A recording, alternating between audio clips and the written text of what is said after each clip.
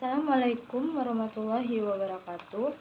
Nama saya Ulan Ayu Utami, jurusan Pendidikan Geografi. Saya akan membacakan hasil dari jawaban UTS studi hadis saya. Baiklah, yang pertama, kata hadis. Hadis merupakan bentuk jamak. Secara etimologi, merupakan isim masdar dari kata kerja yang berarti komunikasi, cerita, percakapan baik dalam konteks agama maupun duniawi, atau dalam konteks sejarah atau peristiwa dan kejadian aktual. Pengertian sunnah.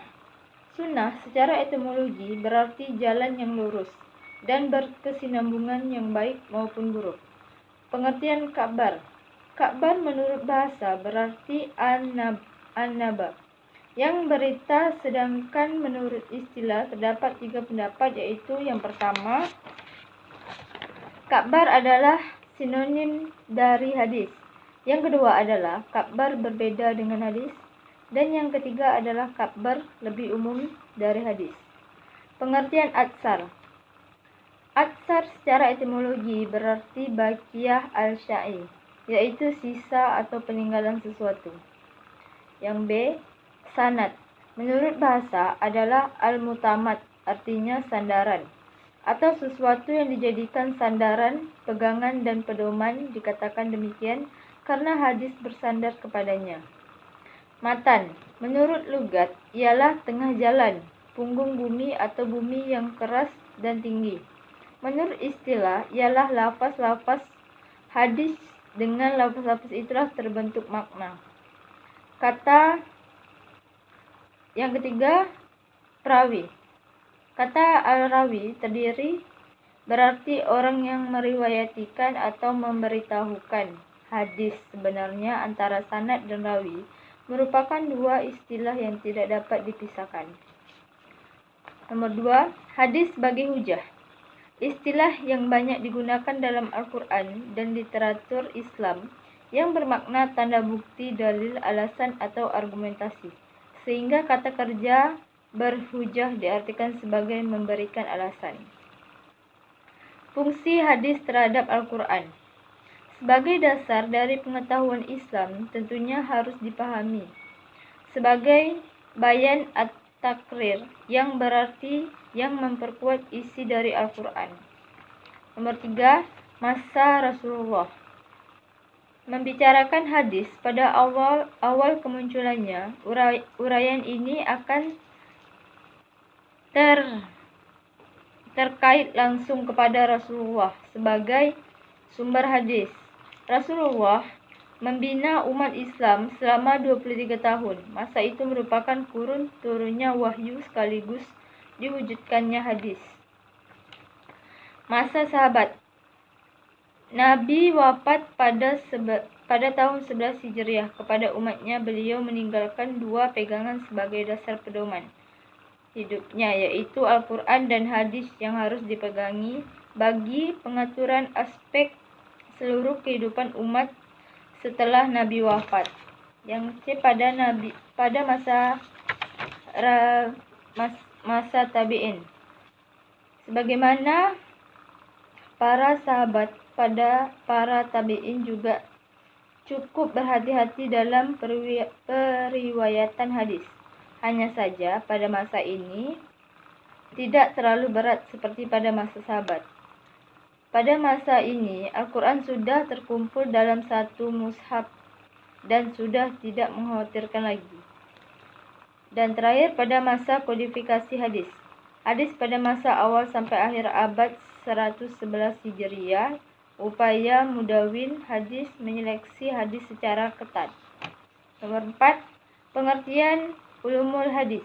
Segala sesuatu yang disandarkan kepada Nabi SAW, baik berupa perkataan, perbuatan, takrir atau sifat. Cabang-cabangnya adalah ilmu rijaul hadis, yaitu ilmu yang membahas para perawi hadis, baik dari sahabat, dari tabi'in maupun dari angkatan-angkatan sesudahnya. Ilmu tarik rijal al-hadis, ilmu yang sangat membantu untuk mengetahui derajat hadis sanad. Ilmu ar-raj wa al-tadil. Secara bahasa, al-jar adalah ismadar yang berarti luka yang mengalir darah atau sesuatu yang dapat menggugurkan keadalannya seseorang. Ilmu muktalif al-hadis. Ilmu yang membahas tentang hadis-hadis yang tampaknya saling bertentangan lalu menghilangkan pertengkaran itu atau mengkomprominya. Ilmu ilalil hadis. Ilal adalah jamak dari lillah, artinya penyakit. Lillah menurut istilah istilah adalah hadis suatu sebab yang tersembunyi. Ilmu garibul hadis. Ilmu pengetahuan untuk mengetahui lafaz-lafaz dalam matan-matan hadis yang sulit lagi sukar dipahami disebabkan karena jarang sekali digunakan. Ilmu nas dan nas hadis. Nasik artinya menghapus atau menghilangkan, sedangkan mas adalah yang dihapus atau dihilangkan.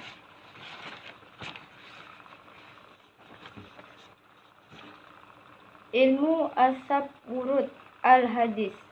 Sebab-sebab munculnya hadis, ilmu yang menerangkan sebab-sebab Nabi menurunkan sabdanya dan masa-masanya Nabi menurunkan itu. Ilmu mustahalah hadis. Ilmu tentang dasar dan kaidah yang dengannya dapat diketahui keadaan sanad dan matan dari segi diterima dan ditolaknya. Nomor 5. Hadis mutawatir. Secara kebahasaan adalah Islam fa'il dari kata al-mutawatir yang berarti at-tatabuk, yaitu berturut-turut. Hadis mutawatir terbagi menjadi mutawatir lafzi, hadis yang berkaitan dengan lafaz perkataan Nabi, artinya perkataan. Yang kedua, mutawatir nabawi, hadis tentang perbuatan Nabi SAW yang mengangkat tangan pada waktu berdoa. Mutawatir amal, hadis ahad. Kata ahad berarti suatu kabar. Al-wahid adalah kabar yang diriwayatkan oleh satu orang. Pembagian hadis terbagi menjadi hadis masyhur. Secara bahasa, kata masyhur adalah isim maf'ul dari syahara yang berarti al-zuhur, yaitu nyata. Hadis aziz menurut bahasa adalah sama dengan asy-syarif atau al-qadiyu, yaitu yang mulia atau yang kuat. Hadis garib menurut bahasa yang jauh dari tanda air dan kalimat yang sukar dipahami. Baiklah, cukup sekian jawaban dari saya. Saya tutup dengan wabillahi taufiq wal hidayah. Wassalamualaikum warahmatullahi wabarakatuh.